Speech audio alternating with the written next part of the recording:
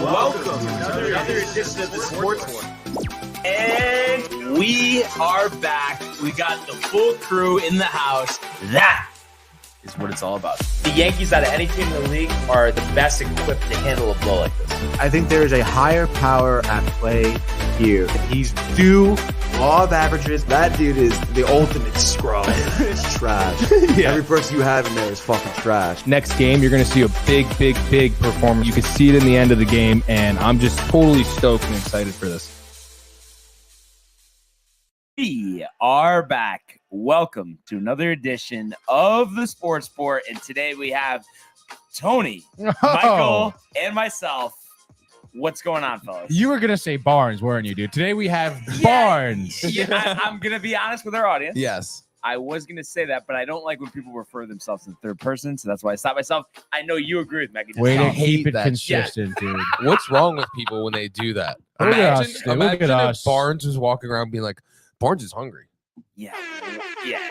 But yeah, it's just Barnes is going to talk about the Yankees now. Like the episode of Seinfeld with Jimmy. Jimmy's Jimmy's going to the hole. I just watched Jimmy's that. got the ball. Jimmy takes the shot. One thing Barnes I doesn't just know. want to talk about quick, because obviously it's the off season and season's around the corner for sure. Just didn't really get to talk to you guys about this much. What are your thoughts on Baker Mayfield? Oh, yeah. Going to Carolina, conditional fifth, Tony. 18 Your guy, mil a year, Sam 18 Darnold mil on a the year, bench. a big quarterback battle I know, dude. in Charlotte, North Carolina. What are your instant reactions? These are both This is my his guys. boy. Really, both Yeah. of them. Really, that's true, honestly, that's true. dude. You love them. Honestly, Who do you want to I'm win? Who do you love thinking more? Baker. You love Baker more. Yeah, I that's mean, your when you think dude. about it, too, like first overall pick, They I treated mean, him like shit They treated there. him like shit in Cleveland. He Played took like shit last he year. lost money, obviously. Moving out because he had the fifth year option. That was like guaranteed money. Yeah. I guess however much money he gave back to Cleveland to get traded goes to obviously the Panthers, and I think it's a good spot for him, honestly, dude. And clearly it's going to be something that he wanted, right? So I think he's going to play, play emotionally, play driven, play focused, and I think you're going to see him really stick it to Cleveland this year. And you think do you think there'll actually even be a battle, or is it pretty much like he's getting handed the starting job here? I mean, again, to go back to Baker being the first overall pick, what was Sam? Fucking third. Yeah. Right. So I mean, I don't think Sam's going to go down without a draft fight. class, eh? Yeah. Same draft class. Yeah. So I mean, I don't think, like I said, I don't think Darnold's going down without a fight. Obviously, I think there's going to be some type of Darnold's out, of switching bro. around. But I mean, when you think about it, I mean, what has Sam really proven? And That he could throw interceptions. Exactly. And for Carolina to go out there and pay for Baker, at least the little bit that they're paying for him, because I still think obviously Cleveland's still forking over a lot of the dough, but to go out there and get him, I mean, obviously they have the intention of using him. So, but we'll see. I heard they're think going to use Sam Darnold like Hill or whatever his name is, not Hill. Taysom Hill. No. On the New Orleans Saints. Taysom Yeah, Hill. Taysom Taysom Hill, Hill. Yeah. Yeah, like for like They're going to bring him in the bring red him in, zone, and yeah. they're trying to score the least amount of points in league history, so they'll have him be the red zone Yes. quarterback, so he just keeps throwing interceptions. Exactly. He was a fucking linebacker before he was a quarterback. Sam Darnold? You kidding? I'm not kidding you. I mean, what, in youth football or No, what I think level? high school. High school, really? I mean, I could see it. He was at a little bit of a bigger build. Yeah. Like, go back. Why don't they just put him back there? But I think, obviously it looks like Baker's going to start. I wouldn't be surprised, too, if maybe Darnold goes somewhere else if someone has an injury, before the season starts. But what's his contract like? Do you know? It's just he's on the fifth year option as well. I think it's like $24 million. They have like $40 million invested in scrubs, or I guess it's less because Baker, whatever, the pay reduction. But that being said, Tony, I mean, let's just assume Baker does win this job. I mean, he's got McCaffrey at running back. Let's assume he's healthy. Chuba Hubbard, I believe it's his second year. He showed some promise. He's a good change of pace. And then DJ Moore, Robbie Anderson, those are proven receivers. I mean, Right. I feel like barring that, he's healthy, the majority of the team's healthy.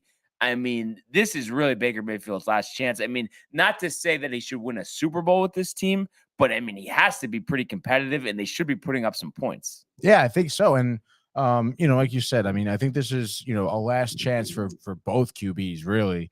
So I think you're going to see some battles between the two. And I think honestly, I think Carolina is going to think that they're going to have, both of these quarterbacks being on, the kind of their last leg here, to be both performing, as touted as they should have been. You know what I mean? So I think Carolina is going to, regardless, of honestly how it plays out, I feel like Carolina is going to, have an improvement with their team. Yeah, and then also, I mean, this is a huge year for Matt Rule, the Panthers head coach. I believe it's his third year now. Win-loss record is terrible. I don't know exactly what it is, but nowhere near 500. And with a team that was expected to compete, but they made some dumb decisions. Signing Cam Newton last year. I mean, Jesus, That was so dumb. I mean, he has shown that he cannot. He was not back, dude. And I'm just looking at here too. So with Darnold, it says that Panthers don't intend to trade Darnold, and they envision a training camp competition for the starting job. Darnold's $18.86 million salary is guaranteed, so no team is trading for that contract unless serious changes were made to it.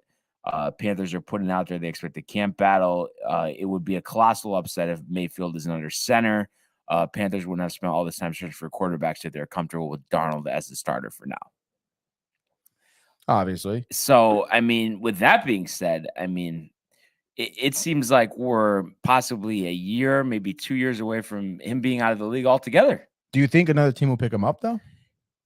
A flyer, but it's like, it's just one of those things where, let's say he does get picked up somewhere else, or he gets moved, or, whatever the case is. I mean, he's got to have like a big game, or otherwise that's it. Yeah. I mean, there's too much bad tape out there on him. I know. There's so many interceptions, dude. And then another, I'm just looking at this kind of one other NFL thing here.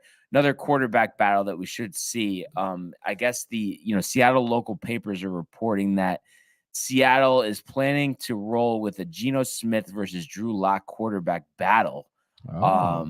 But I mean, I just feel like that's asking to get the number one pick in the draft, which maybe they want. There's a lot of good quarterbacks out there, but I think the logical fit is Jimmy G coming back from injury, not expected to be back with the Niners, and they're expected to release him supposedly because I think the contract isn't guaranteed. So I just feel like that should be instantaneously him going there. Or let's say they announce, Watson definitely out for the year. I think he would be a perfect fit in Cleveland and really could get them to pretty far into the playoffs if he were to go there as well. Yeah, dude, Geno Smith?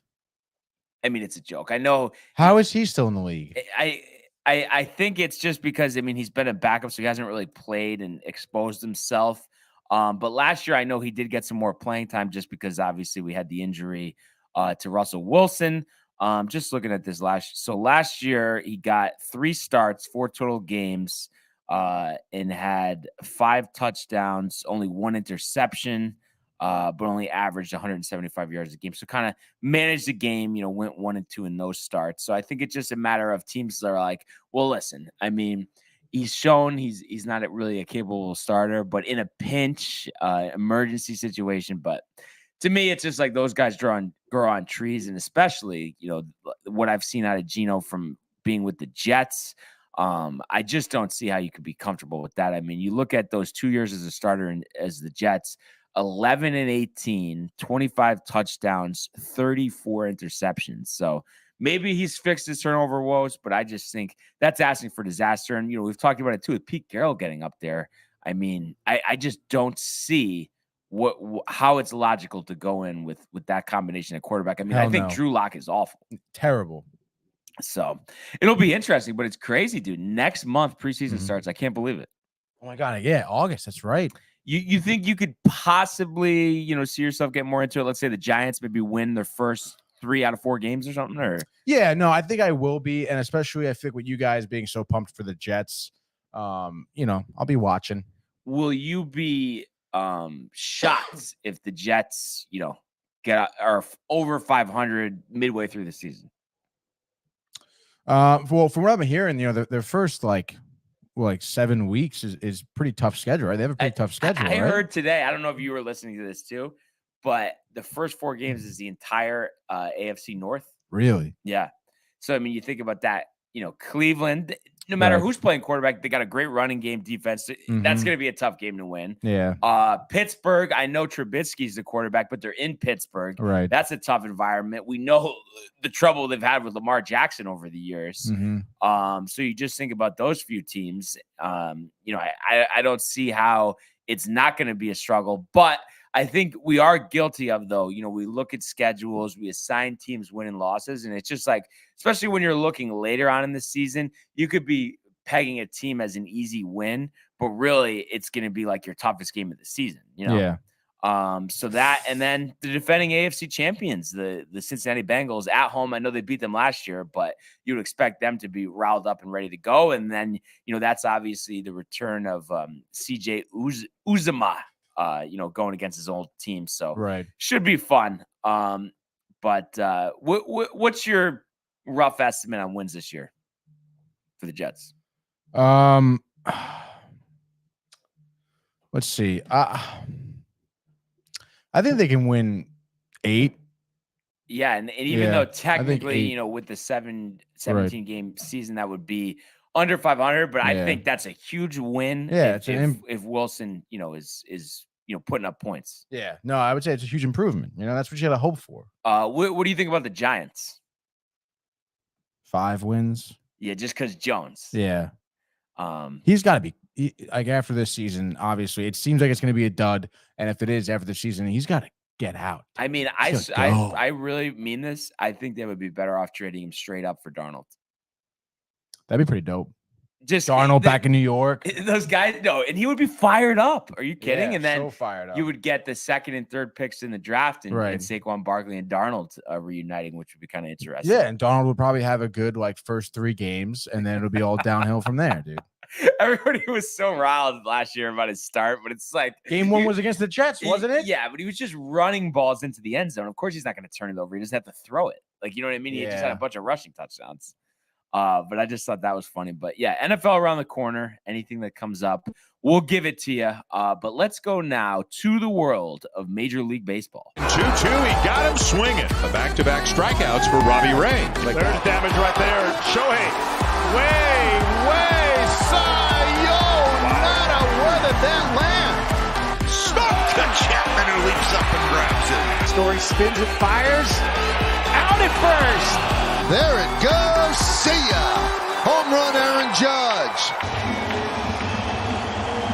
And once again, that statement does apply as we take a look at the Yankees bouncing back from that disappointing loss on Tuesday with a 16-0 shutout of the Pittsburgh Pirates. And of course, you know, I mentioned, you know, an Aaron Judge home run. How about an Aaron Judge grand slam to give him an even 30 home runs on the season as he goes 3 for 4, obviously all 4 RBIs courtesy of that grand slam.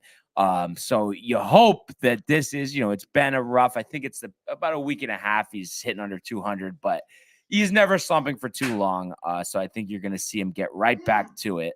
And, you know, you look at the rest of the offense, they actually had a second grand slam from Aaron Hicks. No kidding. Wow. So Aaron Hicks back from the dead like me. He comes in the 7th inning as a defensive replacement, but gets 2 hits and 2 at-bats because, you know, obviously the Yankees just kept getting hits. And speaking of 2 hits, you know, Gleyber Torres with another 2 hits.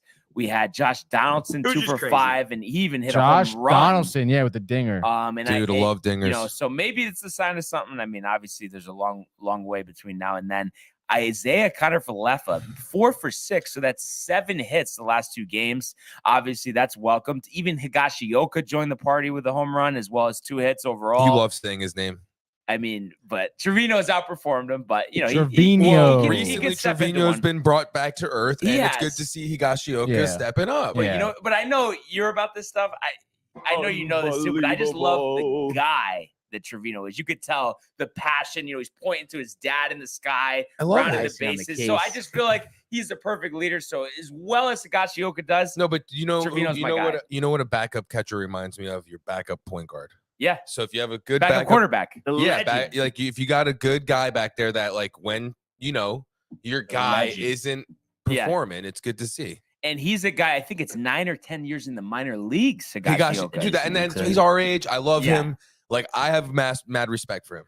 And looking at the rest of the lineup here, we also had 3 hits from LeMahieu as well. So just up and down the lineup, even a Joey Gallo home run. But come on, I've talked enough about Gallo with Tony. So Dude, I was listening to Rick and Dave this morning. On the ESPN app, mind you, not on 98.7 ESPN. Yeah, the new 97, app. the 97 New York, ESPN Do you think New York. they're factoring in Michael K's fading ratings with Oh, the app absolutely. or no? Oh, Okay. yeah. That show is dying. It's dead. A dead. dying breed. Anyway, but I won't beat a dead horse anyway.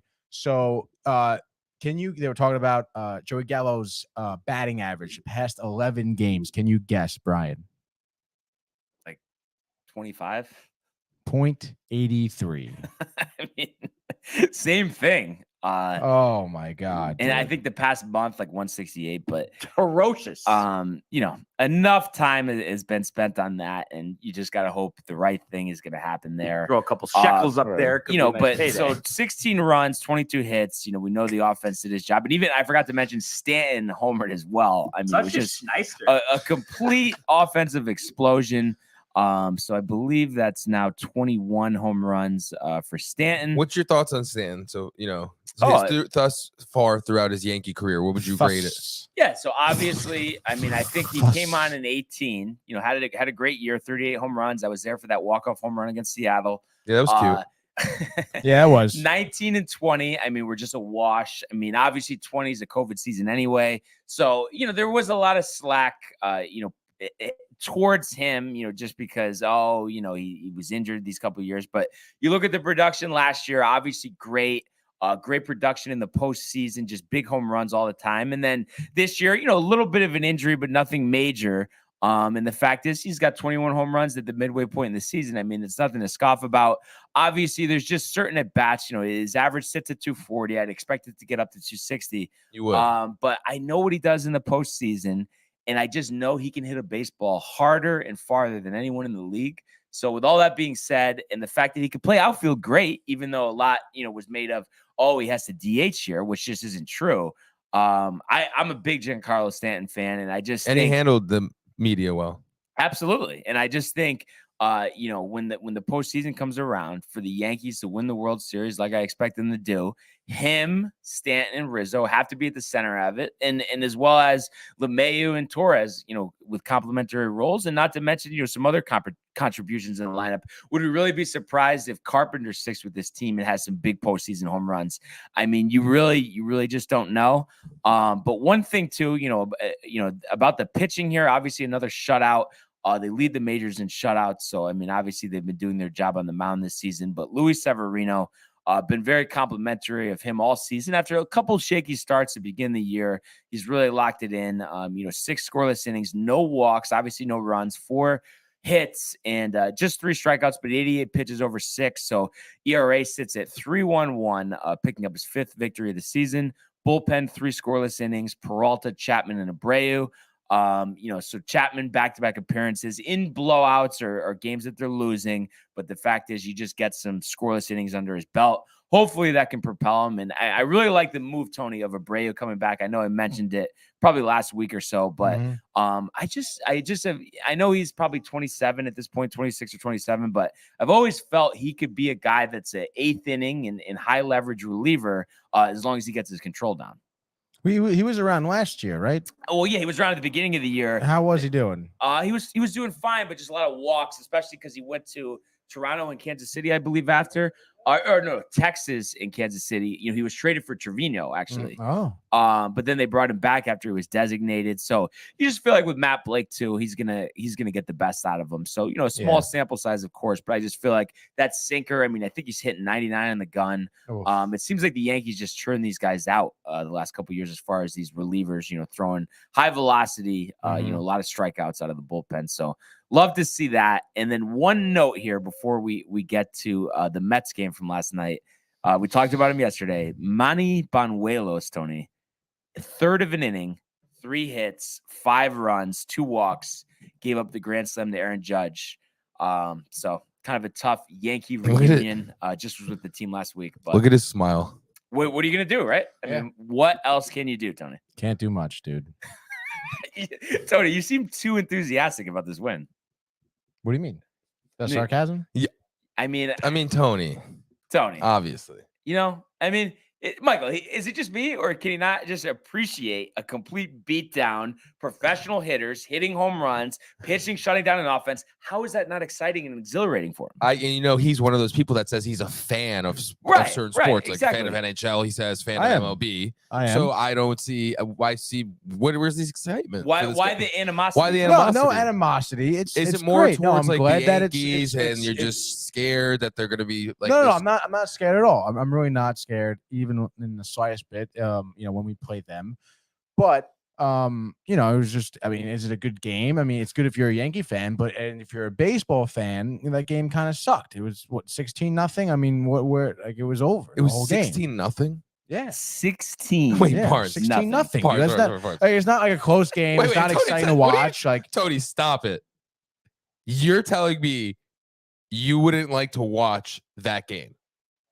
I'm sad I missed it.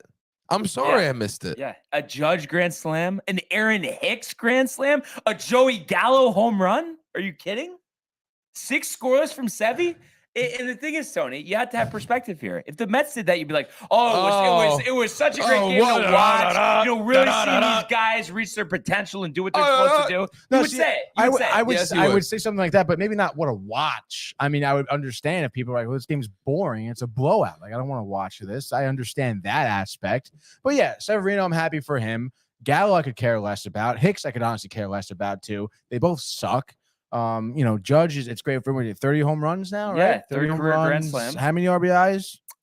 50. No, it's more. No, I mean 80. I think it's like let's look 60. at our RBI leaders. How about I think another 2 home runs from Schwarber last night, by the way? Yeah, he's I up know, there how in the crazy lead. is He's that, second, dude? 27 home runs. That's ridiculous. But as far as runs batted in, Alonso at 69, Judge has 64. Who has 69? Pete Alonso, the polar bear. Yo, Tony. Come on, dude. Listen to me real quick. Okay. You really still think that he's more marketable than Judge? 69 RBIs is way more marketable than 64. That's just one of those things. I don't even take that comment seriously. So, Tony can make his funny faces behind the screen, but it's like, we know who the marketable player is. Yeah, I mean, it's like, that's why there's this whole hoopla over him. I think it's going to be funny next season when he's not in the New York market, dude. That's what's going to be funny about it. Just as ridiculous as saying like Lindor is more marketable than Aaron Judge, coming off his great Met tenure. But you know what? We're already talking about the Mets, Tony. So let's talk about how they struggled with Cincinnati, almost lost, but I think squeaked one out. Give me something here. Yeah, back against the Wolves, winning teams, find a way to win. This is exactly what they did last night. Anyway, dude. So I'm going to break this game down a little bit, and I was hoping for a nice discussion, but I don't think Brian's going to give it to me. No, I will. Give me something. Let's see it. All right, so game started, right? What was that guy's name? Ashcroft, right? He's like, I think one of 3 rookies in the rotation for the Reds, and we kind of knew that young guy, maybe we hit up on him, and they did. They hit up on him pretty early. They scored a run in the first. I think off of a McNeil, RBI. Nimmo scored. I think Nimmo must have scored 4 times last night. But obviously that's exactly what you want to do, starting the game off right. I think Nimmo got hit, and I think he is now leading the league in being hit at the plate. He gets hit a lot. It's honestly kind of ridiculous. But runs over to first, whatever. McNeil kind of brings him home. I think Alonso's on base too, ended up going to third, but then inning was over. I think it was a 2-out RBI, but still 2-out RBIs. I mean, they're demeaning to a pitcher for sure. And I think you kind of saw that with him because Ashcroft didn't really do that well. I'm just looking at his line here. He went 6 innings, 10 hits, 2 earned runs, and only 1 K. Giving up those 10 hits is pretty tough. Of course, the Mets still kind of struggling a little bit with runners in scoring position. I've never seen somebody give up 10 hits but only allow 2 earned runs runs. 6 innings. That's crazy. I know, it is crazy, right? I mean, obviously they left him in there. I guess he's rookie just to see what he could do. And of course, I mean, Cincinnati doesn't exactly have a bullpen to lean back on either. So, But I think the Mets, it was something like 5 for 15 or 5 for 16 with runners in It's scoring just position. tough, man. That's not going to be sustainable in the playoffs. Yeah, I mean, that doesn't concern you at all? Not really. And when it comes to playoff time, because, you know, I mean, Peterson had a terrible outing. We had to lean on the bullpen. The bullpen did great last night. But I think, you know, come playoff time when we have, you know, Scherzer rocking, DeGrom rocking, Hopefully, and with you the hope. way, you know, Walker's been pitching too, I think we'll be fine. Honestly. Ottavino back in your good graces? Ottavino, yeah, for him to be back in my good graces, he would have to string along a couple other good performances here. What do you have? 2 Ks last night, I think. Yeah, perfect inning. Perfect inning. 17 pitches, 10 strikes. Yeah, I mean, you have to see it out of him, especially obviously in the 9th inning, you know, when we kind of came back.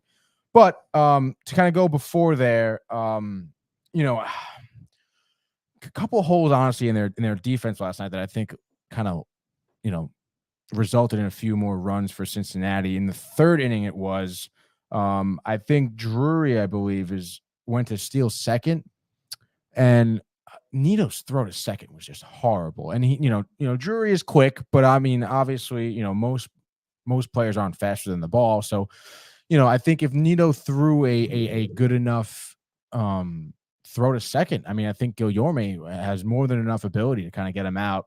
And then after that, you know, Farmer hit a ground rule double, and, you know, Drury scores and, you know, ends up kind of, you know, pushing the lead up to 3-1. And, you know, obviously putting the Mets in a tough position, but it's like, you know, Nito's got to be, you know, his play at the plate. I mean, obviously his at bats have been horrible, dude. I was looking to see what he went last night. He was 1 for 3 last night, and ended up getting a pitched hit. I think it's pretty funny. I think this morning too, someone asked about Alvarez on Rick and Dave. I think maybe it is time just to try him out. You know, yesterday I was talking about maybe putting him at DH, but honestly, Dom Smith, I know he went 2 for 5 last night, which is good. Went from 1 for 4 the night before, but I mean, his although his, you know, average isn't great, I suppose, you know, his hits have been in the clutch, which is great for the Mets, obviously. I think he had a polar bear. Yeah, dude. Polar bear went 4 for 4 last night. I don't know, Tony. 3 singles though. Yeah, 3. He was hitting the ball pretty light last night. But nonetheless, getting him on base, bringing him around the bases as well. But anyway, dude. Wait, one thing. I know you're tight already. Yeah. But I just have to say this because you mentioned Drury, and I'm a little disappointed, Tony, in your Met fandom, because I asked you this before. 51 games played with the Mets last year, 84 plate appearances. You thought it was 2 years ago. Yeah, it's, you know, it's pretty. Right, you know, sometimes mistake, I question guess, his. No, I'm saying I'm almost surprised that they let him go. I mean, that's a 783 OPS. You know. What, yeah. I don't know why they let him go. Why did you just get real dark, dude? You see that? The Dark Knight. No. You see that? Yeah. Nothing changed on our end, eh? Can you go? Yeah, I got I it. guess finagle the camera a little bit. Yeah. Huh. That's weird. I guess people just don't want to hear you talk. Oh yeah, because based on the darkness, they can't hear. Definitely. Based on the darkness. The darkness, Tony. Anyway, dude. So back to the game. After Drury stole, right? Farmer again, the ground rule double. And I said this the last time too with Marte in the outfield. I know he had a big hit in the 9th to tie up the game. But we saw this again, you know, like where, you know, the ball was hit like along the foul pole right over there. And you see Marte, who has tremendous speed, sprinting over there. And to me, this is a second time it looks like, yeah, it's much better. Thank you. To me, this was a second time that, you know, Marte had the opportunity to kind of dive and make a catch, and he didn't. He let up instead, went to go play the ball off the bounce. And it's just, you know, kind of, I guess, troubling to me, especially I feel like if, you know, that was, you know, it's a pretty big moment in the game. You know, you're only down by 1 run. If this ball drops, it's going to be another score. And you know, you kind of let it drop. And I don't know if it's Marte just being old, or maybe Brian can shed some light on this. Maybe if he was just thinking, you know, keep the ball in front of him, you know, trying to limit how many extra bases Farmer's going to get out of this. But I mean, I feel like Marte should have dove for that and had the opportunity to catch it and get an out instead of having a run score. Yeah, I think that is his mindset, and especially as these players get older. I mean, he's 33 right now. Will turn 34 after the season. But it's just one of those things where I feel like, guys that rely on speed, that's why I kind of question, everyone was excited about bringing him in. And I know offensively he's done the job, but I just think defensively, I don't know how much you could count on him. And I think really he would be best served as the Mets DH. And the thing is, they've had some problems with that DH spot. So why not just plug him in there? And that's why also, I think it would be beneficial for them to bring in an outfielder who can hit as well as, play a good right field, because I just don't think you're getting that out of Starling Marte. Your right fielder needs to be that guy that you see the highlights of, hosing someone down at home, making the tough throws, gunning runners out, not having that green light when they show the graphics of the game. And I feel like that's what you have in terms of range and an arm out of Starling Marte starting in right field. Yeah, but it's like, let's say you put him at DH. Who's going in the outfield? Well, that's why I said, well, actually, hold on.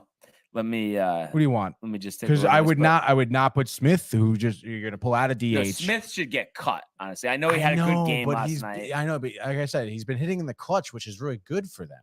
I know. That's exactly what you want out of a DH. I feel. But have we not seen enough of Dom Smith where he's not going to be anywhere near the type of player that we once thought he would be? I don't know. I feel like there's a slim chance there might be, and based on the way he's batting now, I would give him another shot. And then after this, then you can cut him. I wouldn't cut him right now. So just looking at this, I would definitely have your outfield of Nimmo, McNeil, and just honestly, Kana. Yeah, for now. And then, like I said, I still think they should bring someone outside the organization in. Yeah, I mean, dude, Drury. I know they had him last year, but you're telling me you plug him in at right field with his offensive production. I just feel like what he'll bring offensively, and then I think he could fill in on defense. Plus, you could play him at third. You could put Escobar in the outfield too. You know what I mean? Yeah, like you have options. Yeah. That's an interesting take. I wonder if they would do that. I'm sure Cincinnati would be willing to give him up. I mean, especially with the way obviously their season's going. And then you mentioned Kyle Farmer. I mean, that's another. Why not do a package deal? Bring in Farmer. I mean, he could play catcher. He could play outfield. He could play all the infield positions. Yeah. I feel like that versatility, is very important. I just think he brings more value than a guy like Dom Smith. I just feel like he's too prone to going through these stretches of just duds offensively, and I just feel like that's problematic for this team. I mean, I know they have NCarte on the roster as well, but you think he's kind of cooked or no? Yeah, cooked. So that's why I just think they would benefit from some type of upgrade. Yeah. I do like the versatility of players too, especially since like the Mets have been having such an issue with like staying healthy.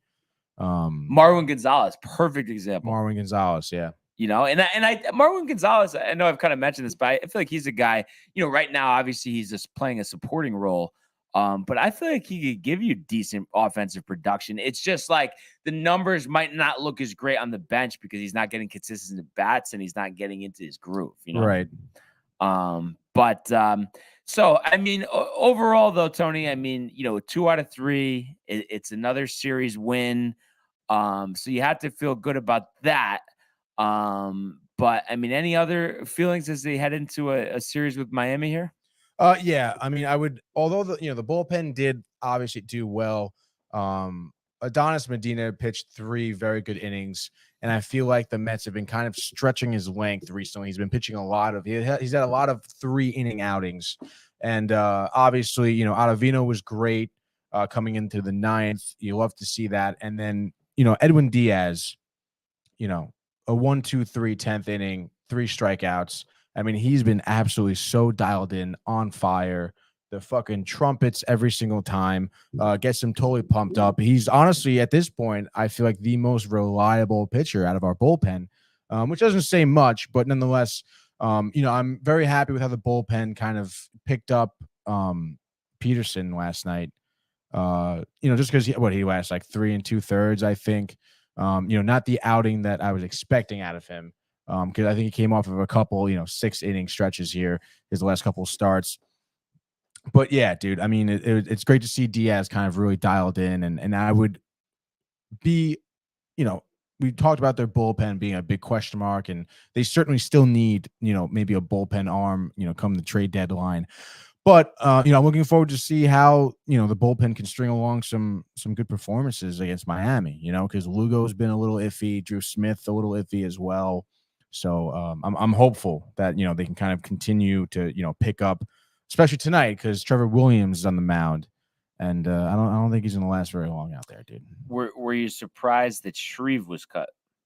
Honestly,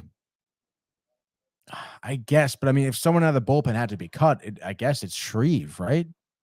Yeah, Jolie. I mean, you can make the case for it too. His last outing was pretty good, but Shreve just like started out pretty good and then just took a head nose dive, which is pretty unfortunate.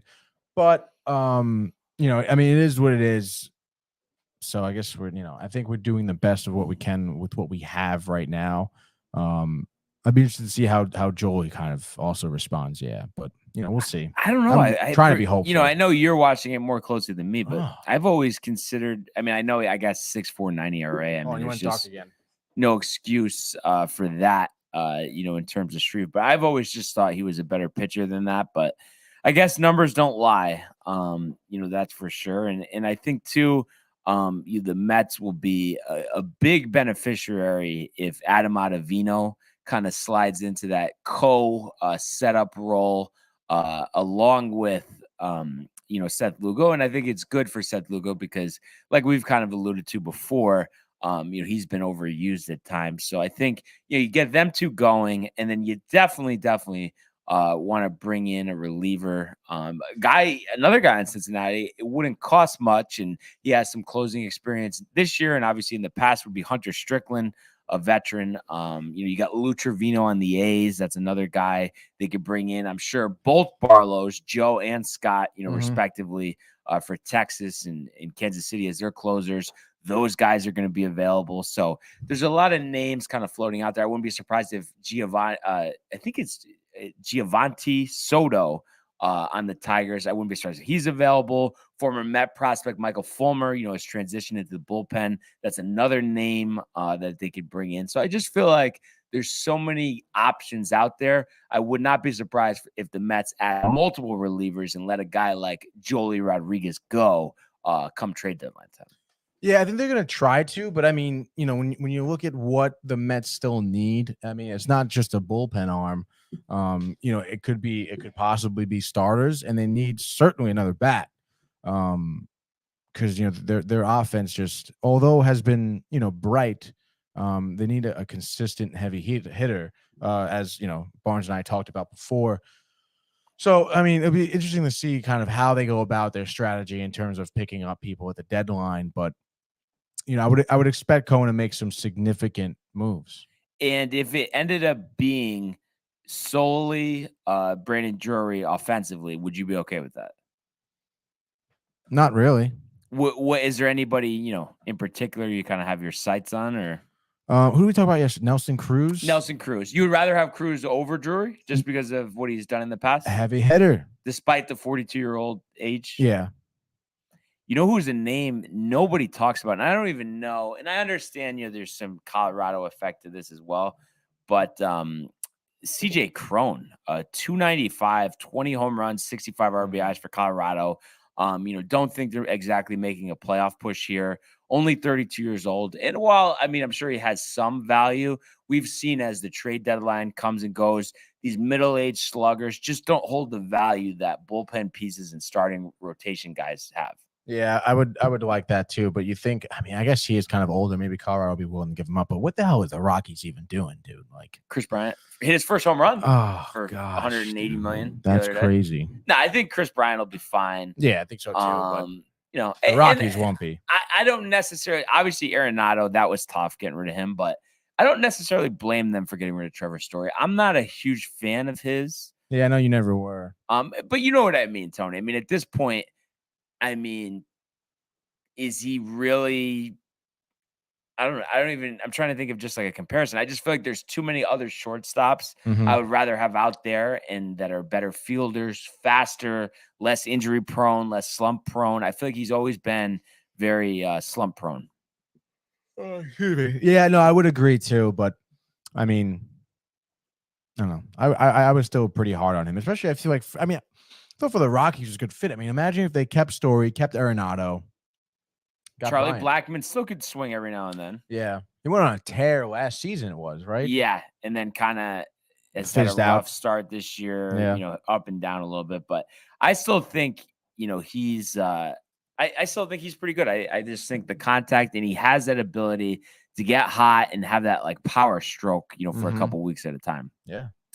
But that being said, yesterday, we did both go 2-2, with the pick selection. So as we have until Friday here, with the selections. So looking a little bleak, my friend, but either way, I mean, a trip to Sakura is a trip to Sakura. Am I wrong, Tony? You are not wrong. So start us off. Do we have enough for 4, today? Let's see. 3, 6, 9. Oh, well, 12, 9. 13. Yeah. Okay. Yeah, Yeah. we're good. So Yeah, we're good, dude. A lot of games today. All right. So for my first one, I'm gonna go against the Mets tonight. I'm gonna go with the Marlins.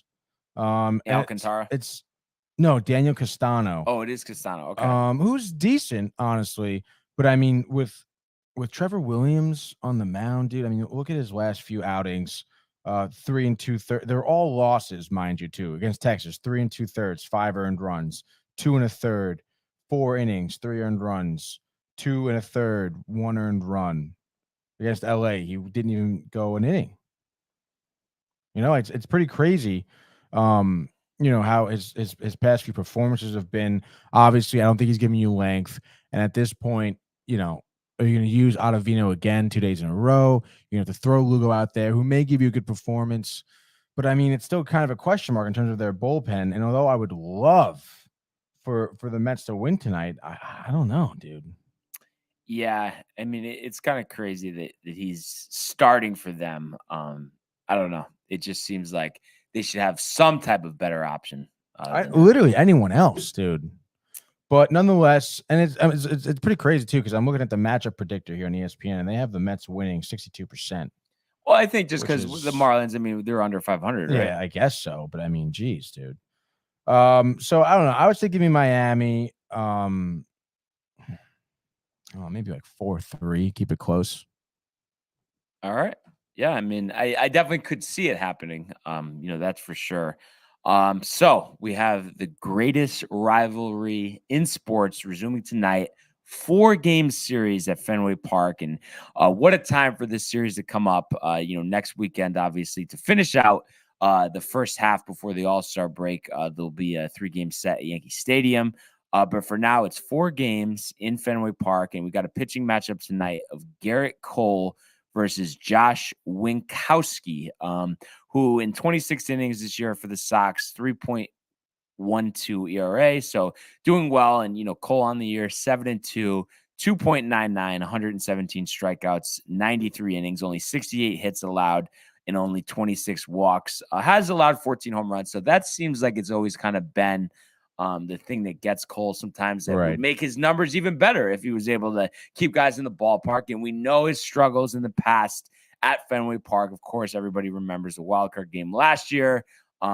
So, just something to keep an eye on. But I just feel like, generally speaking, looking at this as a series as a whole, I mean, the Yankees, of course, 14-game lead here over Boston and Tampa Bay. Toronto now at 14.5.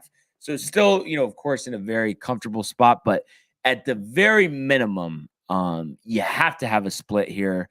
You want positive momentum. You want to show that when you go against some of the better teams in the league, and I know Boston had a terrible start this year, but they have been on fire. If you look at, the last 10 games, 4-6, but, overall, I mean, their winning percentage is probably 700 the last month, but haven't been able to make any ground because the Yankees is as well. And I just think Fenway Park, no matter what Red Sox team you're going against, always is tough. And I think they can hit Winkowski, but it's just going to be a matter of Garrett Cole settling in, giving them 7 strong innings. And I think he can do that. But I still think there's just something about Fenway Park where it's not going to be 7 innings, 12 strikeouts, 1 earned. I think it'll be 7 innings, 3 earned, maybe 2 solo home runs to Devers and Bogarts. And, I could see the Yankees, though, getting it done offensively. The Yankee Red Sox games historically are high scoring. So let's say the Yankees take this one 7-5. Holmes shutting the door. Judge homering for the second day in a row, as well as Josh Donaldson homering for the second day in a row, and throw in Gleyber Torres and throw in another couple of hits for DJ LeMahieu. I think as he goes, this offensive goes. He's easily forgotten about. A little disappointing past year and a half. But that being said, I mean, he's still a very important part in this lineup. And I do feel like, you just because you think Stanton, you think Rizzo, you think Judge. So you just don't always think DJ LeMahieu. And it's just funny coming from 2 years ago where he almost won an MVP and it was on the minds constantly all year. Are we going to re-sign this guy? We need to have this guy. And now it's like you don't even think about him anymore. Yeah, it is pretty crazy, huh? But I mean, don't you think he's still? I mean, you think about what he does defensively. We mentioned versatility before. I mean, you could argue. I mean, he's still one of the most important players on the team because need that consistent presence, and you love the fact that it's not all home run or bust. He's looking to put barrel on the ball. So the more old DJ LeMahieu we see, like the 3 hits last night, the better it's going to be for the Yankees. And I think they'll end up taking 3 out of 4 from Boston, and it starts tonight with a 7-5 victory at Fenway Park. Absolutely love to hear it, Brian. It's going to be tough, dude. But nonetheless, we'll go to my pick. So I'll take more of I guess, an easy-ish pick. We got Houston hosting the Royals tonight. And, the Royals, obviously, they're 30-50, well under 500. But I would say probably one thing that's definitely the deal breaker for me is that Verlander's on the mound. We saw what he did his last outing against the Mets. Absolutely, lights out. And he's been lights out all season. He is 10-3 in the season, 2.03 ERA, 97 in the third innings pitched, 64 hits, 90 Ks, only 17 walks. So I don't think he'll have any issue putting down this Kansas City lineup. And then on top of that, Houston, we've seen the offense they produce with Alvarez. Altuve, who's been a little bit of a slump, I suppose. But even so, I feel like, lately he's been kind of crawling out of it. So I would say, in a pretty high scoring game for Houston, they make minced meat of Kansas City tonight. Give me 7-1. I like it. Yeah. Houston on fire despite the loss last night. Overall they've had a great stretch here. I'm gonna go to Arizona here. We have Gomber versus Keuchel tonight, 9:40 start at Chase Field in Phoenix. And I just feel like it's just as simple. Dallas Keuchel, I mean, has looked finished for the last couple of years. He's just too hittable. And while, the Rockies aren't a good team, neither are the Diamondbacks. And, we mentioned, how well CJ Cron, has been performing for them. And they've obviously welcomed having Chris Bryant back. So I think Gomber, 6.53 ERA, obviously some of that is, Coors Field. And I've always felt, you look at these ERAs, I mean, they could easily be down a run at the minimum just because of that high altitude. So expect him in Arizona where the ball definitely does travel, but nothing like Coors. I could see him giving them 6 representative innings, call it 3 runs, 6 strikeouts. But I think you're going to see Chris Bryant leave the building again as long as have 3 hits overall.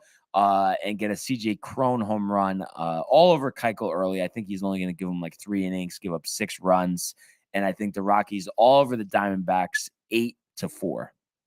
Nice. That's a shame for Dallas. Yeah. How the really mighty is, have dude. fallen. I know. Really, that changeup was lethal. Back in 2015. Mm-hmm. All right. So my next pick, I guess more a little bit more of a favorite too here tonight. But I'll go with LA. And again, another pitcher on the mound for LA. That's really making it a deal breaker for me is Tony Gonsolin. Isn't it Gonsolin? No.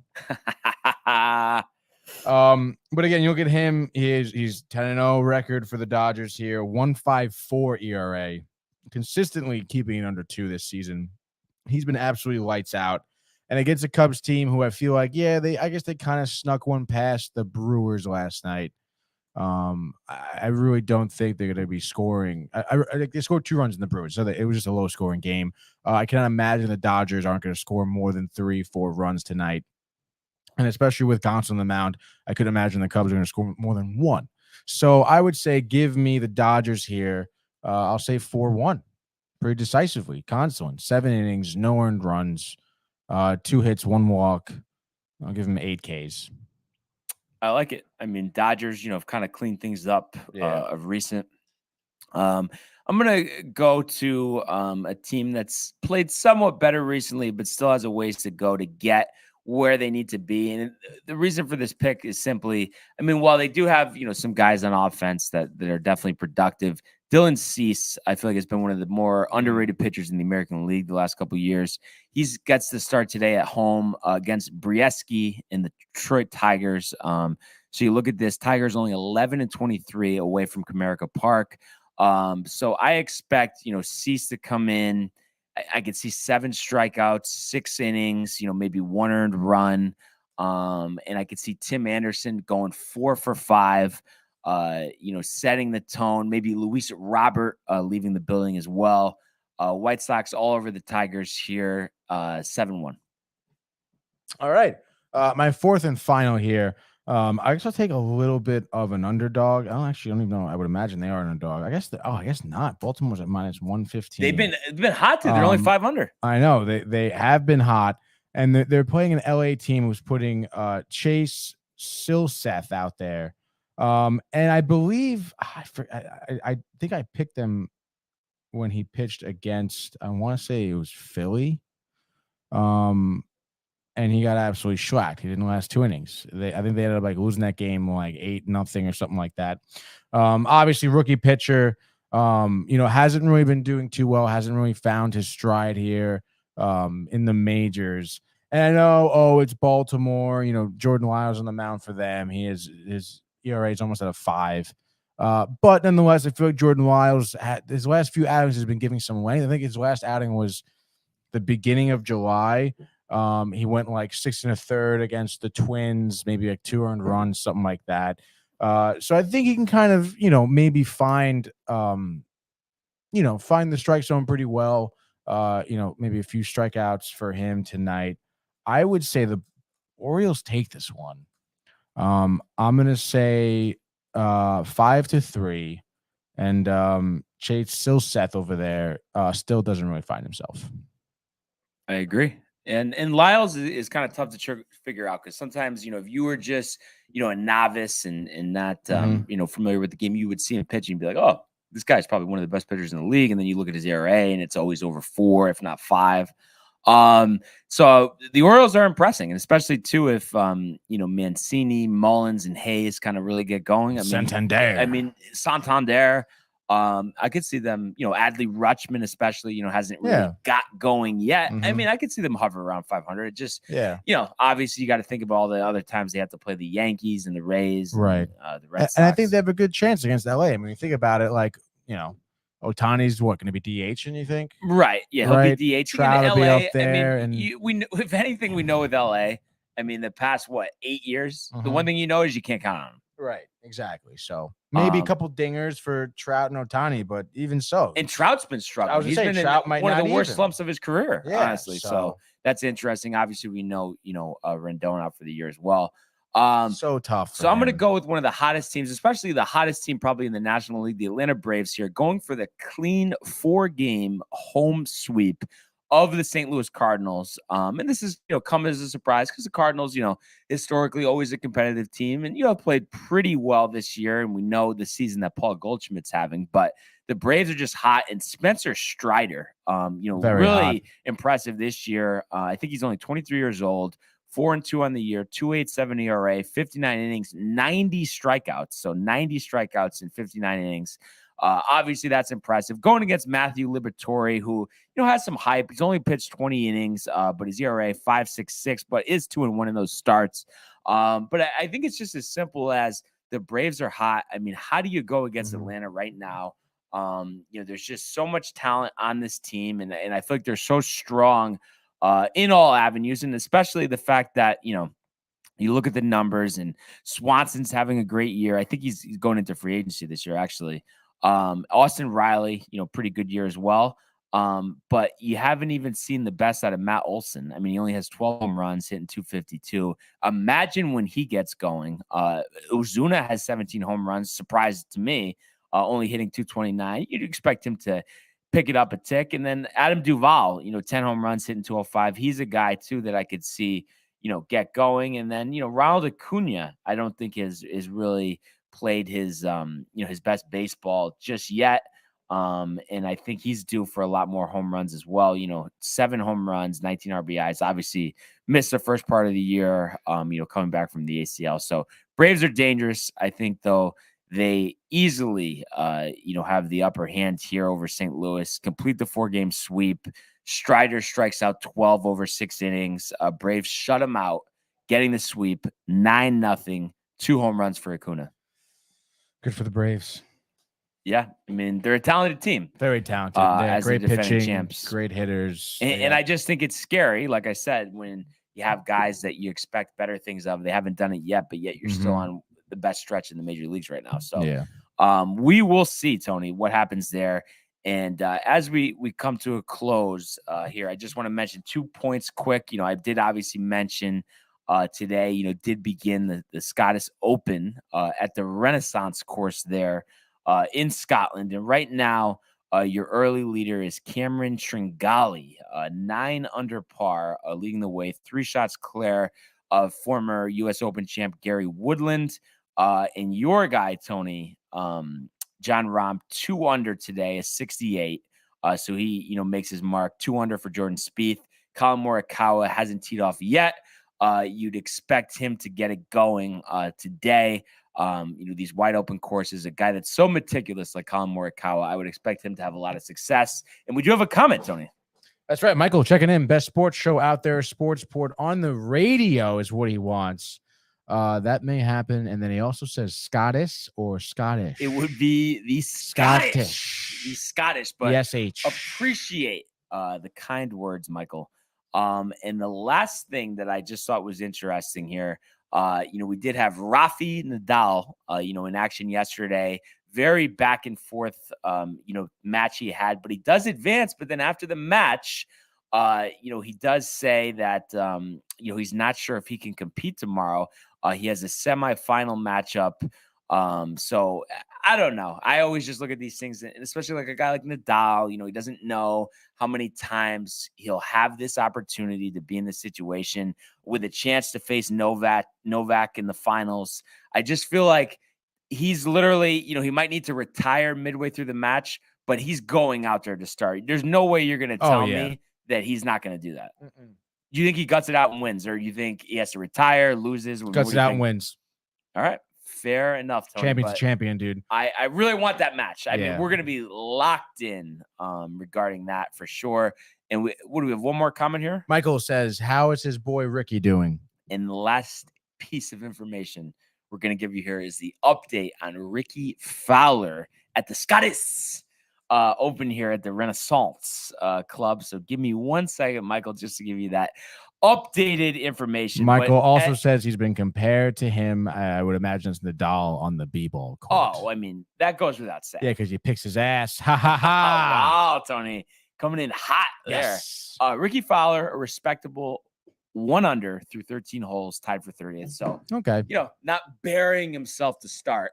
But that being said, Tony, as we come to a close here, anything you got for me on the way out? I would say everyone have a happy Thursday. Let's go Mets, I suppose. I'd like to see them win, but you're a little defeated. And let's go Tough Garrett matchup. Cole. It's Garrett Cole, good, bring it. Show why you're the $300 million man there. Yeah. Show him why you're the ace of the Yankees. But we really appreciate all of the comments, all of the likes, all of the subscriptions out there. And as well as, everybody continuing to check out our archives on our YouTube page. Obviously, Tony in costume, the Tony tie-dye. I'm sure you'll see that here and there. I have one myself, definitely loving it for sure. You're wearing the show, dude. Definitely due for one of those. Michael likes my shirt today, he says. Great shirt. Thank you, dude. As and well as Barnes's hat. The summer collection at well DowntimeTV.com. Michael loves the hat. Lake of Isles, great course, tough. We'll beat you up. Speaking of course, we got to get out there, but also it is time. Everyone enjoy their day, enjoy the games, and we will see you mañana. Hey guys, Tony here from Downtime TV checking in. I want to thank all our fans out there who's been liking, subscribing, sharing our content. You guys are the best. You guys are our bloodline. You make us love what we do. Thanks again.